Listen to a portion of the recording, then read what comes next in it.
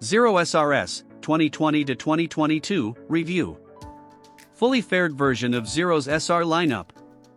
The Zero SR/S is the first faired roadster from Californian electric veterans Zero. But despite the bodywork, this isn't a superbike.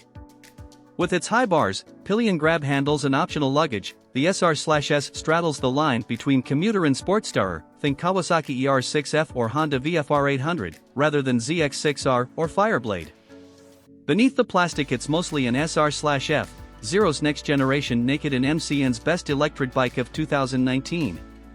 Surprisingly, ergonomics and suspension are a whisker more relaxed for the faired bike. A new handlebar brings grips higher and wider, meanwhile the pegs are lower.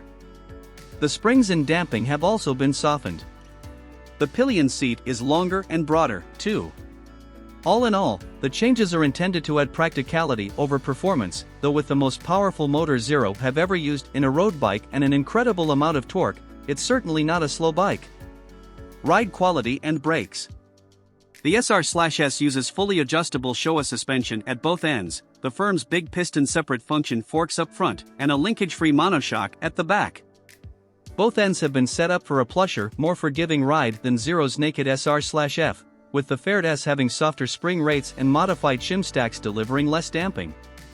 The S's shock also uses a single rate spring, where the F has a dual rate spring. On the road the SR/S's ride quality is good, soaking up rough roads and harsh speed bumps nicely.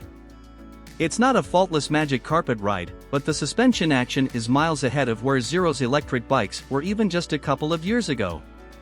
Curiously, one side effect of an electric motor's minimal noise and vibration is that you become hyper-aware of the sound and feel of every lump and bump you run over.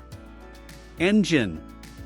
This air-cooled AC electric motor is Zero's highest-spec powertrain. Peak power is 110 brake horsepower at 5,000 RPM, but its main attraction is torque, a whopping 140 FTLB of it available from virtually no revs through to around 4,000 RPM.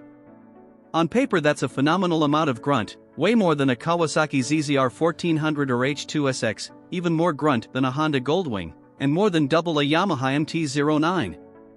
Reliability and build quality. All Zero machines are assembled at the firm's base in Scotts Valley, California.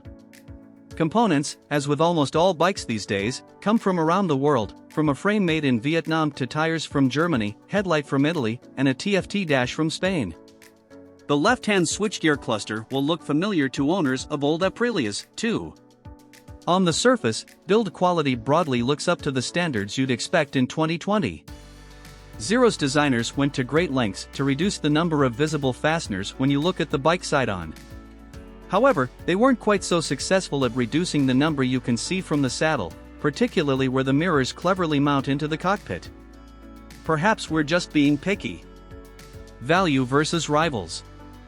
Until recently, even getting an insurance quote on a niche brand such as Zero was problematic. However, things have changed in the past couple of years, in large thanks to the graft of the small team at Zero UK, who've helped introduce the brand and the bikes to insurers.